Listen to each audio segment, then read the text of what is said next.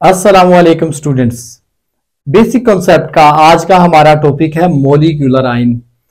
और last time हमने molecule के बारे में पढ़ा, आयन के बारे में पढ़ा। आज हम मॉलिक्यूलर आयन के बारे में पढ़ेंगे। हम पढ़ेंगे मॉलिक्यूलर आयन की डेफिनेशन क्या है, एग्जाम्पल क्या है, इसको जनरेट कैसे करते हैं, मॉलिक्यूलर आयन बनता कैसे है, यानी फॉर्मेशन, जनरेशन। और हम पढ़ेंगे बहुत ही इंपॉर्टेंट इसकी टाइप्स, और साथ ही साथ हम जो सबसे बेसिक इसमें इंपॉर्टेंट पॉइंट है वो है how to identify a molecular ion. तो शुरू करते हैं आज का हमारा टॉपिक मॉलिक्यूलर आयन। बच्चों, मॉलिक्यूलर आयन बताने से पहले मैं आपको बताऊं कि हमने लास्ट टाइम पढ़ा कि जब एक atom, when an atom lose और गेन इलेक्ट्रॉन क्या बनता है, आयन बनता है। वो दो तरह का होता है चार्ज के लिहाज से, positive ion and negative ion, cation और anion. Similarly when a molecule lose और gain electron, when a molecule lose और गेन इलेक्ट्रॉन और इलेक्ट्रॉन्स, एक या एक से ज्यादा, तो बच्चों मॉलिक्यूलर आयन बनता है। मॉलिक्यूलर आयन, और ये भी दो तरह का होगा, पॉजिटिव मॉलिक्यूलर आयन और नेगेटिव मॉलिक्यूलर आयन। अब डेफिनेशन क्या है, मॉलिक्यूलर आयन की डेफिनेशन क्या है? ये है, इसकी डेफिनेशन बनेगी एन आयन एक ऐसा आयन विच इज प्रोड्यूस्ड, जो कि पैदा होता है, बनता है, जो जन्म लेता है, विच इज प्रोड्यूस्ड बाय लॉस और गेन ऑफ वन और मोर electrons, which is produced by loss or gain of one or more electrons by a molecule of a substance। एक सब्सटेंस के मॉलिक्यूल से जब एक या एक से ज्यादा इलेक्ट्रॉन लूज होंगे तो मॉलिक्यूलर आयन बनेगा। An ion which is produced by the loss और गेन ऑफ वन और more electron by a molecule of a substance. मैं आपको यहां पर रिकॉल करवाता चलूं, लास्ट टाइम हमने पढ़ा था कि जो मैटर होता है ये दो तरह का होता है। मैटर दो तरह का होता है, कौन कौन सा भला? एक होता है प्योर फॉर्म में, उसको आप क्या कहते थे? उसको आप कहते थे सब्सटेंस। एक होता है मिक्सचर, जो इम्प्योर फॉर्म में होता है। सब्सटेंस भी आपने पढ़ा, दो तरह का होता है, एक होता है एलिमेंट और एक होता है कंपाउंड। ये मिक्सचर भी आगे होमोजीनियस और हेट्रोजीनियस होता है। एलिमेंट आपने पढ़ा, ये भी दो तरह का है, एक एटॉमिक एलिमेंट है एटॉमिक फॉर्म के अंदर, और एक हमारे पास क्या है, मॉलिक्यूलर एलिमेंट। और कंपाउंड भी दो तरह का है, कंपाउंड भी हमारे पास दो तरह का है। एक था मॉलिक्यूलर कंपाउंड और दूसरा हमारे पास क्या था भला, आयोनिक कंपाउंड। अब जो सब्सटेंस है ना, सब्सटेंस, उसमें ये दो चीजें हैं, एक तो मॉलिक्यूलर कंपाउंड और एक है मॉलिक्यूलर एलिमेंट। तो बच्चों, मैं अभी जब आइडेंटिफिकेशन बताऊंगा आपको याद होना चाहिए, ये जो होमोएटॉमिक होता है ना एलिमेंट में, जैसे O2 है, F2 है, Cl2 है, O3 है, P4, S8, बहुत सारे etc। और कंपाउंड में डिफरेंट एटम होते हैं, जैसे HCl है, HF है, H2O है, CO है, CO2 है, बहुत सारे एग्जांपल है, ग्लूकोज है, बहुत सारे। तो बच्चों ये हम आपको याद होना चाहिए। मैं एग्जांपल देता हूं, ये जो मॉलिक्यूल्स है ना, ये मॉलिक्यूल्स, इनके ऊपर अगर चार्ज आ जाएगा तो मॉलिक्यूलर आयन। अब वो नेगेटिव आए या पॉजिटिव आए ये डिपेंड करता है। मैं एग्जांपल की तरफ चलता हूं। एग्जाम्पल में मेरे पास ये मीथेन है, मीथेन मार्श गैस है, दलदली इलाके से सबसे पहले हासिल हुई थी ये मीथेन गैस। इस पे अगर पॉजिटिव, यानी अगर एक इलेक्ट्रॉन लूज कर दे तो CH4 पॉजिटिव हो जाएगा, इसी तरह कार्बन मोनोऑक्साइड है साइलेंट किलर जो कि खामोशी से किल कर देता है क्योंकि ना इसकी कोई बू। अगर इस पे भी पॉजिटिव चार्ज आ जाए तो ये भी क्या होगा, एक हमारे पास ये मोलिकुलर आयन बन जाएगा। कार्बन मोनोऑक्साइड है, कार्बन डाइऑक्साइड है, इस पे भी +1 या -1 चार्ज आ सकता है। बहुत सारी एग्जांपल है आपके पास। नोबल गैस है जैसे हीलियम है, लाइटेस्ट गैस जो हीलियम जो बालून्स में भी फिल की जाती है। बच्चों इस पे भी पॉजिटिव चार्ज आ गया तो ये भी मोलिकुलर आयन बन जाएगा। मैं आपको कितनी एग्जांपल यहाँ दूं, मेरे पास P4 है, इस पे पॉजिटिव आ जाए चार्ज, S8 है, इस पे पॉजिटिव चार्ज आ जाए। अभी अमोनिया देखें, अमोनिया पे पॉजिटिव चार्ज आ जाए, ये मोलिकुलर आयन है।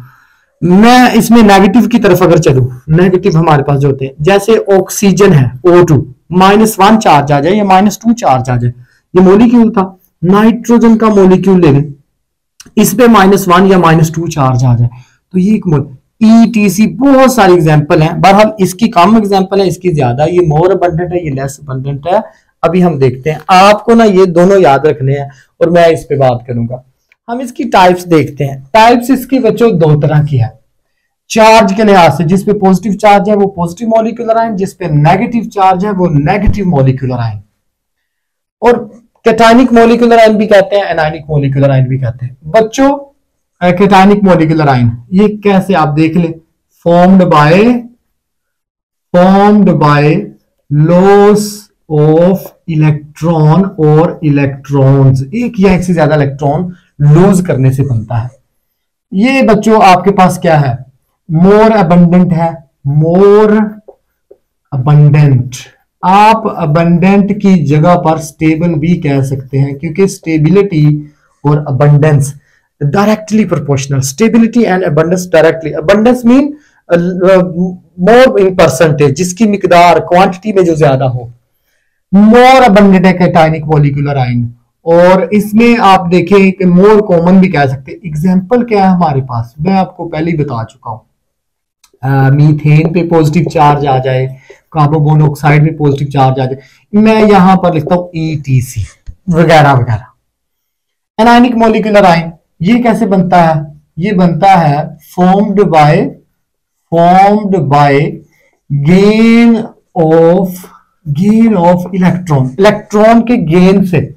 इलेक्ट्रॉन या इलेक्ट्रॉन्स, एक या एक से ज्यादा इलेक्ट्रॉन गेन करता है, और ये होता है लेस अबंडेंट यानी लेस स्टेबल है, लेस कॉमन है, कम पाए जाते हैं।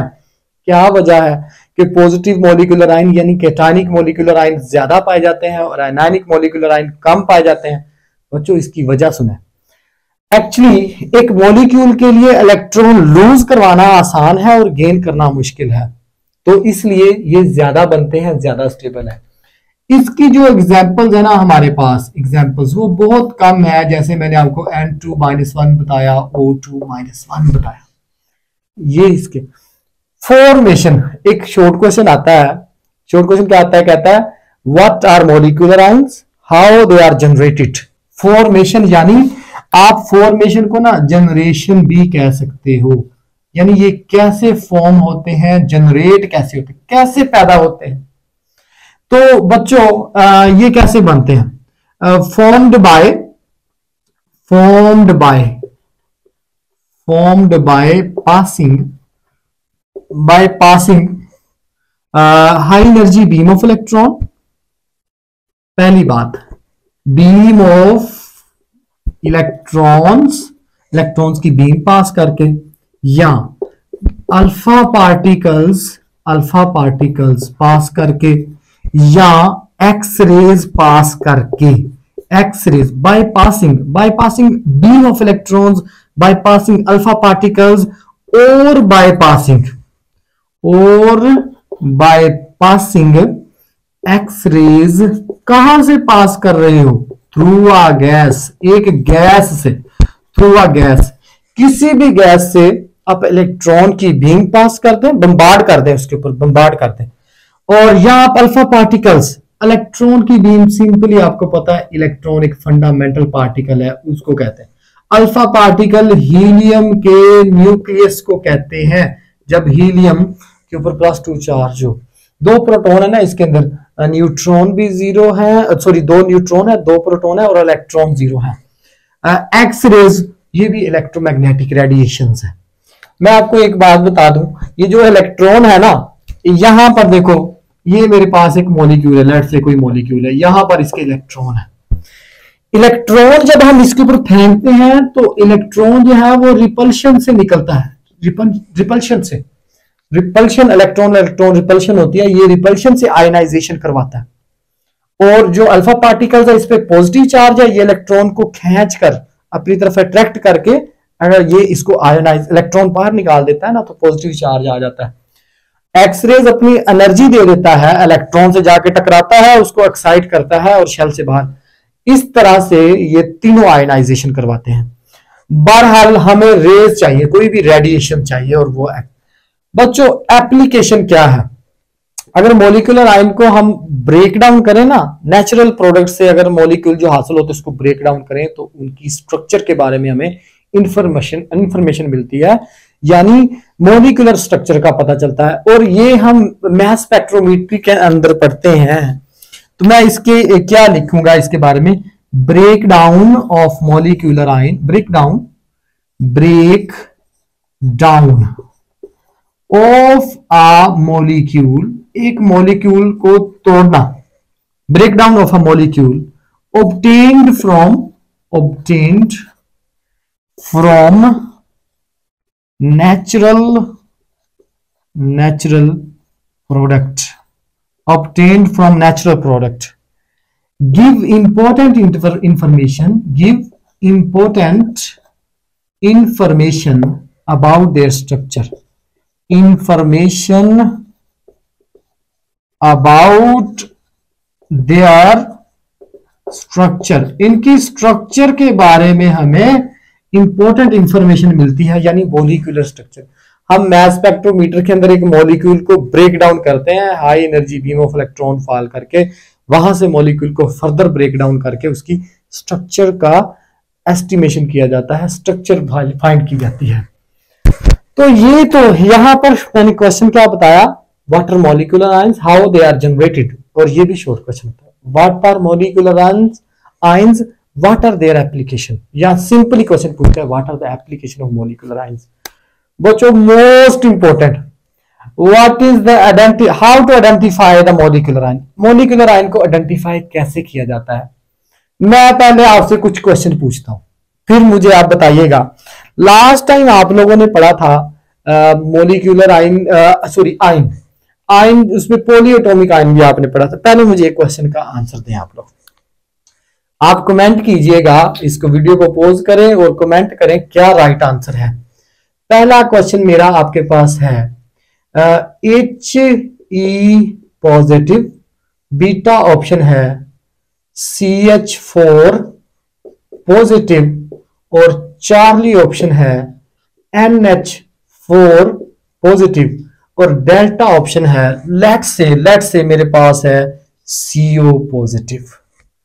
मेरा क्वेश्चन ये है, which of the following is not a molecular ion, which of the following is